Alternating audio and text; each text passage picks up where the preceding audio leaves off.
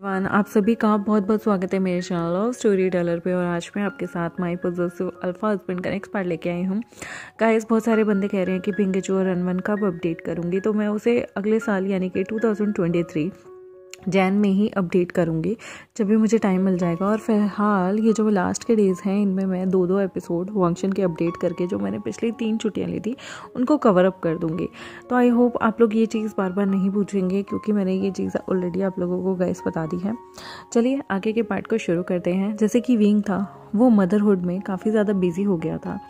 उसे अपनी बेटी के साथ वक्त बिताना काफ़ी अच्छा लग रहा था। जो लवांगजी था, उसे अपनी बेटी बहुत क्यूट लगती थी, स्पेशली जब वो प्यार से हंसी थी, मुस्कुराती थी, और वो बहुत क्यूट लगती थी। स्पेशली वो अपने फादर के साथ ना अपने फादर की चेस्ट पे सिर रख के बहुत प्यार से रहती थी। विंग कभी कभी जेलस फील करता था कि उसके बच्चे को वांगजी इतना ज़्यादा कैसे पसंद है। 9 महीने तो उसने अपने गर्भ में अपने बच्चे को रखा है, लेकिन वो जब भी वांगजी को अपने बच्चे को इतना प्यार करते देखता था ना, वो ये मानता था कि वांगजी और उसकी जो बेटी है वो कितनी लकी है कि उसे एक बाप का प्यार इतने अच्छे तरीके से मिलता है। क्योंकि अक्सर जो लोग होते हैं ना, वो बेटे को प्रेफरेंस देते हैं, लेकिन लवांगजी की सोच ऐसी नहीं थी। उसकी सोच सीमित नहीं थी। वो जानता था कि चाहे कुछ भी हो जाए, दुनिया में जो सेवा करता है ना, वो बेटी होती है। चाहे वो अपनी हो, चाहे वो पराई हो, चाहे वो बहू के रूप में आई हो, चाहे वो बेटी के रूप में हमें मिली हो। लड़के अक्सर बाहर काम किया करते हैं बहुत। इस दुनिया में अराउंड 80% लड़के ऐसे होते हैं जो माँ बाप की तरफ देखते भी नहीं हैं। लेकिन वांगजी ये चीज़ जानता था कि बेटियाँ हमेशा दूसरों का ख्याल रखती हैं, क्योंकि ये गुण कुदरती भगवान ने उन्हें दिया है। इसलिए वांगजी को अपनी बेटी, सच बताऊँ तो, बहुत प्यारी लगती थी। उसे ऐसा लगता था कि ये ना एक तरह से उसकी लाइफ में एक एंजल, एक परी बन के आई है, जिसने उसकी लाइफ में 4 चांद लगा दिए। कुदरती वो इतनी लकी होती है वांगजी के लिए कि वांगजी का बिजनेस भी दुगनी तेजी से बढ़ रहा होता है। यहाँ पर ये दोनों अपने बच्चे का नाम सोचते हैं और ये सोचते हैं कि ये अपनी प्यारी सी बेटी का नाम लैन वू रखेंगे। लैन वू रखने का इनका ऐसे ही आइडिया बन जाता है, क्योंकि वी वुशियान के नाम में वो होता है, इसलिए वो अपनी बेटी का नाम लैन वू रखते हैं, ताकि यहाँ पर वी वुशियान के नाम का कुछ अक्षर लेनवू के नाम में भी आ जाए। उन्हें ये वो कितनी प्यारी लगती थी। स्पेशली ये लेनवू का नाम लेनवू इसलिए भी रखते थे क्योंकि वो वो करके रोया करती थी, और वो बहुत क्यूट थी, बहुत प्यारी बच्ची थी। यहाँ पर जो हमारा जंक्शा होता है और जो लैन शिचन होते हैं, ये अपने बेटे का नाम लैन जिंगी रखते हैं। इन्हें अपने अपने बेटे से बहुत प्यार होता है। ये लोग एक छोटी सी पार्टी करते हैं जिनमें इनके सारे फ्रेंड्स आते हैं। इस बार यहाँ पर सोंगलैन, शाओ शिनचन, शू यांग, सारे बंदे, वनचिंग, ये सारे लोग आए होते हैं। जंगचा बहुत खुश होता है अपने बेटे को देख के, और शिचैन भी काफ़ी ज़्यादा खुश होते हैं। विंग जो था वो अपनी बेटी से बहुत प्यार करता था। उसकी बेटी काफ़ी नटखट थी और बार बार उसे दूध पिलाना पड़ता था। यहाँ पर विंग जब पार्टी के लिए तैयार होने लगता है तो वो बेचारा पहले तो बच्चे को दूध पिलाता है, उसके बाद उसकी नैपी चेंज करता है, फिर जैसे तैसे उसके पास जो टाइम बचता है उसमें वो तैयार होके नीचे आ जाता है। लेकिन वो जैसे ही सब चीज़ें करता था, वो कुछ टाइट कपड़े नहीं पहन सकता था, क्योंकि बच्चे को फीड कराना होता था। यहाँ पर उसे बहुत सारे लोगों से बहुत सारे अलग अलग गिफ्ट भी मिलते हैं, बहुत सारी ब्लेसिंग मिलती है, और विंग सच में काफ़ी ज़्यादा खुश था अपनी बेटी के साथ। उसकी बेटी मुस्कुराने और बहुत ज़्यादा प्यार करने वाली बेटी थी। वहीं जो जंगचा का बच्चा था, वो इतना चिड़चिड़ा था कि वो हर वक्त रोता ही रहता था। उसे हर चीज़ से प्रॉब्लम होती थी, बस वो मैडम यू के काबू में ही आता था, वरना जंगचा के हाथ में तो वो इतना रोता था कि जंगचा भी कभी कभी इरिटेट हो जाता था। वो लैन शिचैन की पर्सनालिटी से काफ़ी प्रभावित हो गया। वो बेटा जो था वो लैन शिचैन की बाहों में या फिर मैडम यू की बाहों में ही थोड़ा शांत रहा करता था। और जब भी लैन जिंगी बहुत ज़्यादा रोता था तो लैन वो भी उसे देख रोने लग जाती थी, और विंग अपना सिर पकड़ के बैठ जाता था कि ये दोनों बच्चे इतना ज़्यादा उधम मचाते हैं, इनकी नाक में दम कर देते हैं। सक्सेसफुली इन लोगों का नामकरण होता है और धीरे धीरे बच्चे बड़े होने लगते हैं। विंग की बेटी अब 8 महीने की हो जाती है। पहली बार उसके दूध के दांत निकलने लगते हैं। विंग को काफ़ी अच्छा लगने लगा था, क्योंकि जो उसकी बेटी थी लेनवू, उसका स्वभाव बहुत अच्छा था, बहुत ठंडा था। उसका स्वभाव बाकी बच्चों की तरह नहीं जो चिड़चिड़ करे, या इवन उसकी बेटी जो थी वो 6 महीने बाद ही ऊपर का खाना जैसे कि दाल का पानी पीने लग गई थी, या फिर थोड़ा थोड़ा चम्मच से पानी पीना, या छोटे मोटे फ्रूट का जूस निकाल के पीना, या छोटी मोटी सब्जी का सूप रूप में पीना, उसे ग्रहण करना उसकी बेटी को, ये सारी चीज़ें अब कहीं ना कहीं शौक चीज़ों का हो गया था। और विंग भी बच्चे का दूध छुड़वाना चाहता था, क्योंकि बच्चा कब तक माँ के दूध पे डिपेंडेंट रहेगा, और जब तक वो माँ के दूध पे डिपेंडेंट रहेगा उसकी ग्रोथ बहुत अच्छे तरीके से नहीं हो पाएगी। क्योंकि 6 महीने होने के बाद आप बच्चे को थोड़ा थोड़ा नमक मिर्च हर चीज़ से इंट्रोड्यूस कराएं, ताकि उसकी ग्रोथ जो है वो हो जाए। 6 महीने तक बच्चे को नमक नहीं खिलाया जाता, ताकि उसकी बॉडी में जो भी उसकी बॉडी में न्यूट्रिशन है, उसके नमक खाने से अंग वंग गल ना जाए, क्योंकि बच्चे की बॉडी डेवलप हो रही होती है। इवन जब बच्चा 6 महीने का हो जाता है, उसके बावजूद भी उसे नमक मिर्च की बहुत कम क्वांटिटी खिलाई जाती है, क्योंकि बच्चा डेवलपिंग जोन में होता है। वो जो विंग की बेटी थी ना, और जो हमारे जंगछा का बेटा था लेंजिंगी, वो घुटनों के बल चलने की बहुत प्रैक्टिस करते थे। दोनों इतने उधमखोर थे कि उनके पास कोई भी चीज़ अगर छोड़ दी जाए तो वो टूट फूट ही जाती थी। विंग तो कभी कभी सच में सिर पकड़ लेता था, क्योंकि दोनों बहन भाई बहुत शैतान थे। विंग को अगर कभी बाहर जाना हो तो बच्चों को जंगछा को दे दिया जाता था, और अगर जंगछा को बाहर जाना हो तो विंग को बच्चों को सौंप दिया जाता था। नवांगजी ने अपना बिजनेस लंदन में रखा हुआ था, तो उसे महीने में कभी ना कभी वहाँ पर विज़िट करना ही पड़ता था। लेकिन विंग जो था, अब उसने जॉब फ़िलहाल के लिए क्विट कर दी थी, क्योंकि वो अपने मदरहुड को एंजॉय करना चाहता था और अपने बच्चे को किसी और पे डिपेंडेंट नहीं छोड़ना चाहता था। वो अपने करियर से कुछ टाइम के लिए ब्रेक लेने चाहता था, और लवांगची भी उसके इस डिसीज़न में उसके लिए सहमत था, क्योंकि वो नहीं चाहता था कि विंग अंदर बाहर हर तरीके का स्ट्रेस झेले। हालांकि चीज़ों का स्ट्रेस नहीं होता, वो लोग बहुत सारी चीज़ें अफोर्ड कर सकते थे, लेकिन एक बच्चे की परवरिश जो माँ कर सकती है वो कोई नैनी नहीं कर सकती थी। और यहाँ पर जो जंगछा होता है वो घर बैठे ही बिजनेस कर लेता था। विंग की अगर कभी सलाह चाहिए होती थी वांगजी की, तो वांगजी जो है वो बेझिझक अपने हस्बैंड को फ़ोन करके विंग से बातें कर लिया करता था, और उससे उसकी काम में कुछ ना कुछ मदद भी मिल जाया करती थी। धीरे धीरे बच्चे बड़े हुए।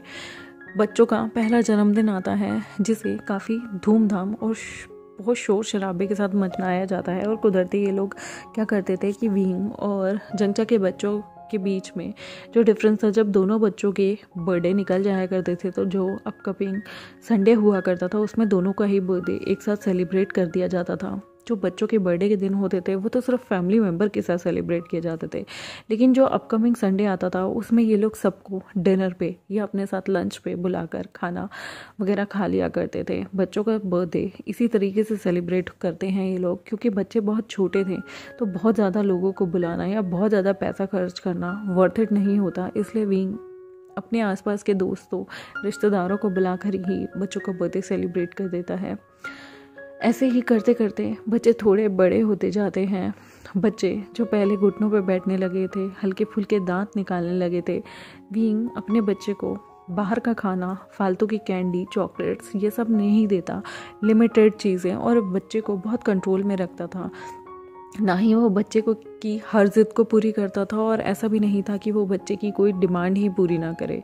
जो जायज़ डिमांड होती थी उस पर वो हर चीज़ को पूरी करता था। लेकिन वहीं जंगछा ने अपने बेटे को काफ़ी स्पॉइल किया हुआ था, क्योंकि अगर वो किसी चीज़ को नहीं दिलाता था तो यहाँ पर शिजन उसके यहाँ चीज़ों को ले आता था, और कभी कभी मैडम यू और जियांग फेमिया भी उन चीज़ों को ले आते थे, जिसकी वजह से जो लेंजिंगी था वो बहुत ज़्यादा मूडी और बहुत ज़्यादा ज़िद्दी बन रहा था। लेकिन विंग और लवांगची की एक सिंपल सी सोच थी।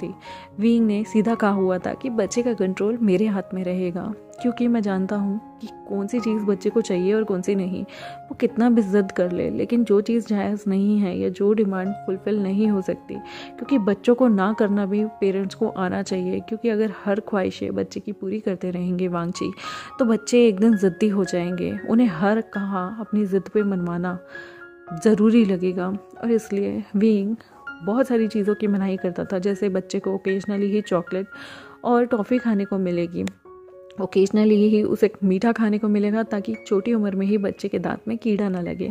इन छोटी छोटी डिटेल्स पे एज अ मदरहुड बहुत काम करता था। लेकिन वहीं जब वांग जी लंदन से वापस आया करता था तो विंग और वांग जी काफ़ी रोमांटिक हुआ करते थे। स्पेशली उन दोनों के जो कमरे में आवाज़ें होती थी वो अक्सर बाहर तक आ जाया करती थी। जिस दिन वांग जी लंदन से वापस आता था उस दिन बच्ची को वो लोग जानबूझ के जंगछा और शिचन के रूम में सोने के लिए भेज दिया करते थे, क्योंकि उससे पहले जब वांग जी ने जिस दिन आना होता है एक रात पहले वो जंगछा के बेटे को अपने रूम में ले आते थे और शिचन और जंगछा को खूब दिल भर के रोमांस करने के लिए बोल देते थे। क्योंकि विंग फिर कहता था कि अभी आने वाले 2-3 दिन तुम लोग जम के रोमांस कर लो और जब वांग जी आएगा तो तुम प्लीज़ मेरी बेटी को रख लेना ताकि हम लोग भी जम के रोमांस कर सकें।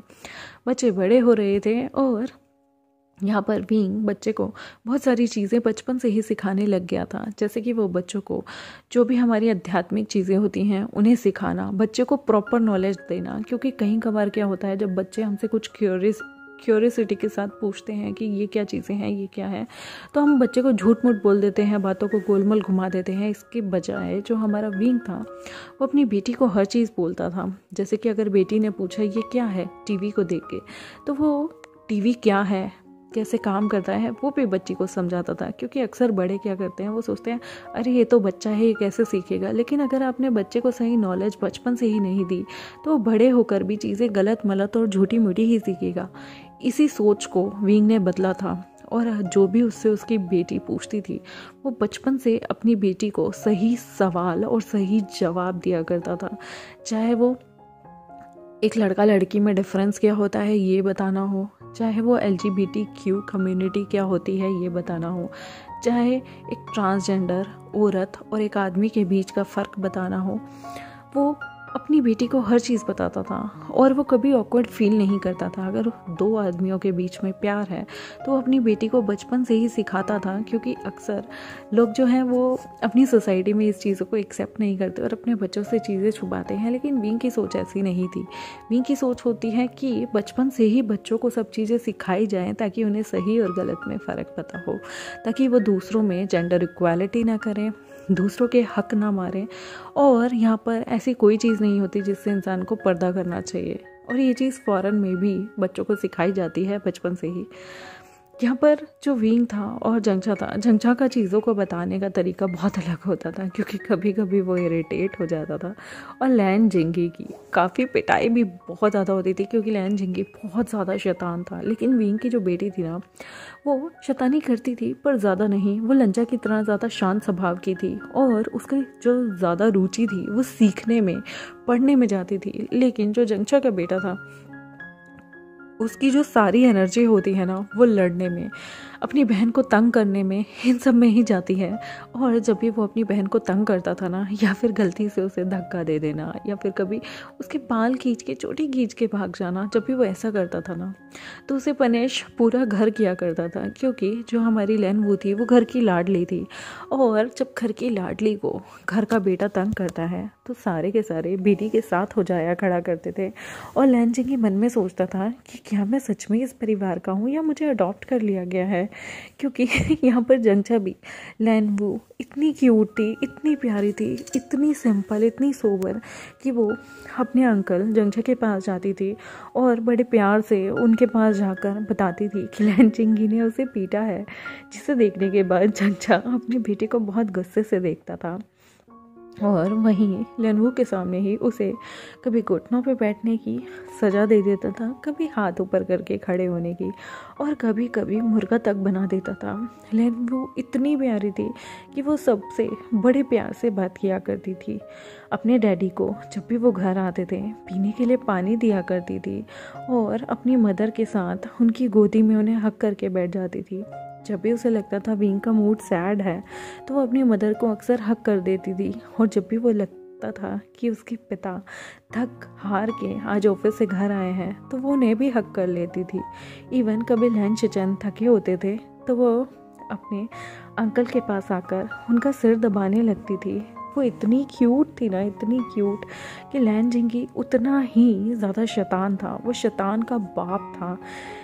यहाँ पर जब चरण थक हार के आते थे और लैनवू उनके सिर को थपथपाती थी, क्योंकि चिरन जो थे वो दादाजी लगते थे, तो वो अपने ग्रैंडपा के जब सिर को दबाया करती थी तो उन्हें बहुत प्यारी लगती थी। वो अक्सर लैनवू में कहीं ना कहीं वो ऐसा ढूंढते थे कि वो बहुत प्यारी है।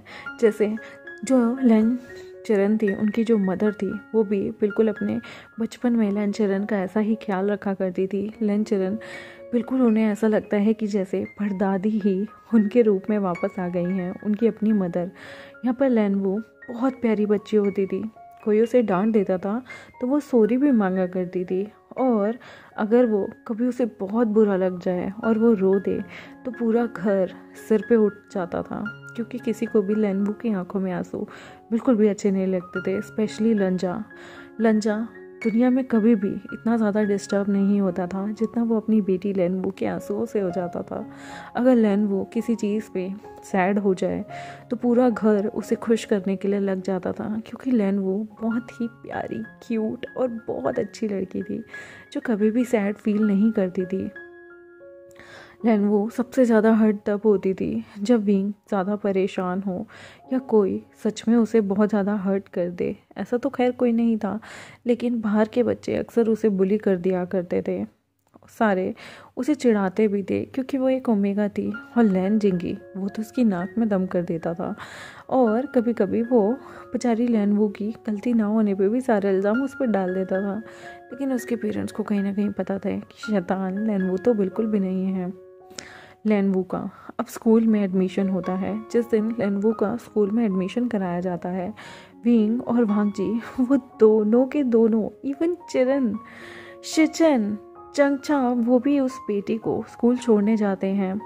यहाँ पर इतने तो घर में सदस्य नहीं थे जितना उसे लोग बाग छोड़ने आए हुए थे। इतनी बड़ी भीड़ देख के टीचर ही घबरा जाते हैं कि लैनवू को ये सारे क्यों छोड़ने आए हैं। यहाँ पर विंग का तो दिल कांप रहा था कि उसने अपनी ओमेगा बेटी को बाहर पढ़ने के लिए छोड़ दिया।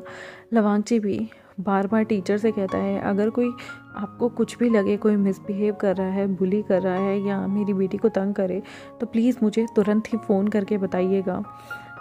यहाँ पर शिचन भी लैनवू जो बहुत प्यारी लग रही होती है, उसके छोटे छोटे बाल कटे हुए होते हैं, आंखों पे क्यूट से बाल आ रहे होते हैं, उसे देख के कहता है, लैनवू अगर तुम्हें जिंगी या फिर किसी और गगा ने या फिर किसी और शिजे ने या मेमे ने भी तंग किया तो मुझे ज़रूर बताना। लैनवू बड़ी प्यार से कहती है, जी अंकल, मैं आपको सब बताऊंगी। और वो क्लास के लिए निकल जाती है।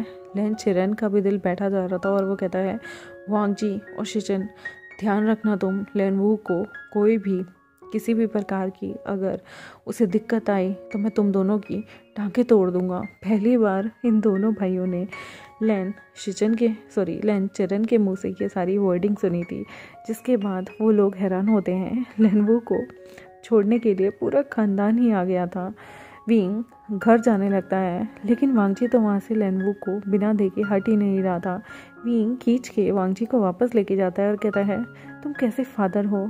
तुम एक अल्फा होने के बावजूद अपनी ओमेगा बेटी के लिए कितने इमोशनल हो रहे हो। यहाँ पर शिचन भी बहुत ज़्यादा इमोशनल फील कर रहे थे, और अंकल चिरन भी।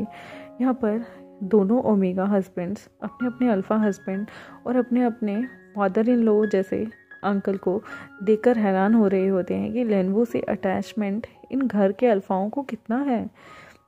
लैन जिंगी का भी यहाँ पर स्कूल शुरू होता है, लेकिन किसी को उसकी कोई नहीं पड़ी थी, क्योंकि वो था ही इतना शैतान कि सबको पता था कि अगर घर में कभी इसके नाम से फ़ोन बजाना तो पक्का कंप्लेन ही होगी।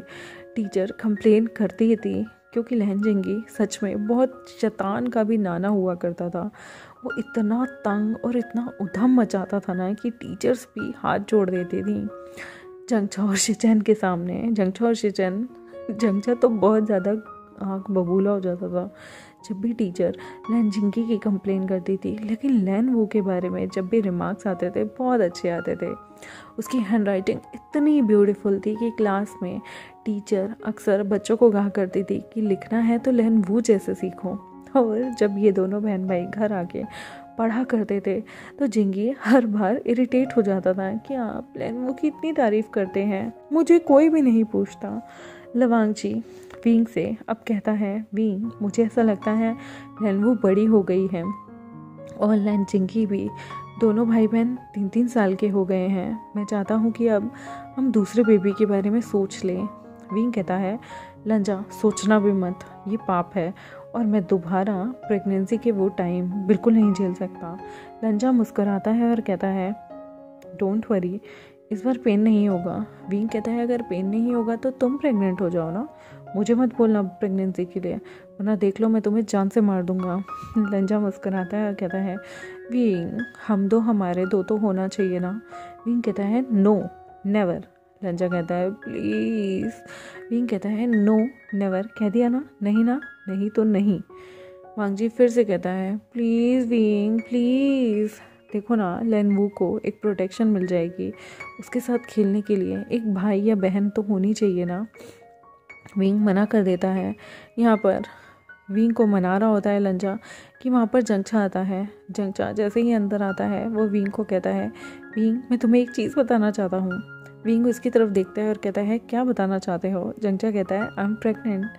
विंग हैरान हो जाता है और कहता है, ये कैसे? तुम तो सिजेरियन बच्चा कर चुके थे ना, फिर तुमने सेकंड बेबी का चांस? जंगचा यहाँ मुस्कुराता है और कहता है, शिचन को एक बेटी भी चाहिए, उसे लेनवू बहुत प्यारी लगती है, इसलिए वो चाहता है कि इस बार हमें एक क्यूट सी बेटी हो। विंग यहाँ पर जंगचा की तरफ देख रहा होता है और लंजा विंग की तरफ मुस्कुरा रहा होता है, कहता है, मैं भी चाहता हूँ कि इस बार विंग को एक शैतान बच्चा हो, लेकिन वो बहुत सीधी है, उसे प्रोटेक्ट करने के लिए एक गुंडा बच्चा तो चाहिए ना, क्यों ना विंग हम भी इस चीज़ का चांस ले। विंग कहता है, सोचना भी मत। और जंगचा मुस्कुराता है और कहता है, विंग अब तुम्हें ही बच्चे की ज़्यादा रिस्पॉन्सिबिलिटी लेनी होगी क्योंकि मैं फिर से प्रेग्नेंट हूँ और अब तुम्हें थोड़ा ज़्यादा ख्याल रखना होगा और देखना बच्चों को कोई भी तकलीफ़ ना हो। मुझे लगता है मुझे मॉम को बुला लेना चाहिए, मॉम डैड अगर यहाँ पर रहेंगे तो बच्चों की टेक केयर ज़रूर बहुत अच्छे से होगी। विंग जो है वो कहता है, बिल्कुल मैडम, यू ने तुम्हारा पिछली बार भी बहुत अच्छे से ख्याल रखा था और मैं चाहता हूँ इस बार भी तुम पूरी एहतियात बरतो, तुम अच्छे से रहो, अच्छे से खाओ, तुम्हें क्या खाने का मन हो रहा है, मैं तुम्हारे लिए हर चीज़ बनाऊँगा। जंगचा कहता है, फ़िलहाल मेरा कुछ खाने का मन नहीं हो रहा, पर सच बताऊँ ना तो जब भी जिंगी की कंप्लेन स्कूल से आती है, मेरी तो जो बच्ची कुची भूख होती है वो भी मर जाती है। विंग हंसता है और कहता है, दोनों बच्चे हैं, कोई बात नहीं, गलतियाँ तो बच्चों से होती रहती है ना। यहाँ पर दोनों भाई हंस रहे होते हैं। गाइस देखते हैं कि क्या लवांगची और विंग दूसरे बच्चे का चांस लेंगे या नहीं। आपको क्या लगता है, इन्हें एक और बेबी का चांस लेना चाहिए? कमेंट सेक्शन में ज़रूर बताइएगा और मिलते हैं नेक्स्ट एपिसोड में। हो सकता है नेक्स्ट एपिसोड इस पूरी फैन फिक्शन का लास्ट एपिसोड हो। आई होप आपको ये फैन फिक्शन अच्छी लगी हो और मुझे कमेंट सेक्शन में थोड़ी आइडिया दीजिएगा कि अगली फैन फिक्शन किस पे होनी चाहिए। क्या वो शेयर्ड वाइफ जैसी कुछ होना चाहिए? क्या वांगची और विंग का पेयर आप देखना चाहेंगे या फिर इनके बीच में एक तड़का भी देखना चाहेंगे? मुझे ज़रूर कमेंट सेक्शन में बताइएगा। Thank you very much, bye. मिलते हैं नेक्स्ट एपिसोड में। तब तक के लिए मेरे चैनल को सब्सक्राइब, वीडियोस को लाइक, बेल आइकन को प्रेस बिल्कुल करिएगा और बेल आइकन को प्रेस करते हुए ऑल का बटन दबाइएगा। Thank you very much, bye.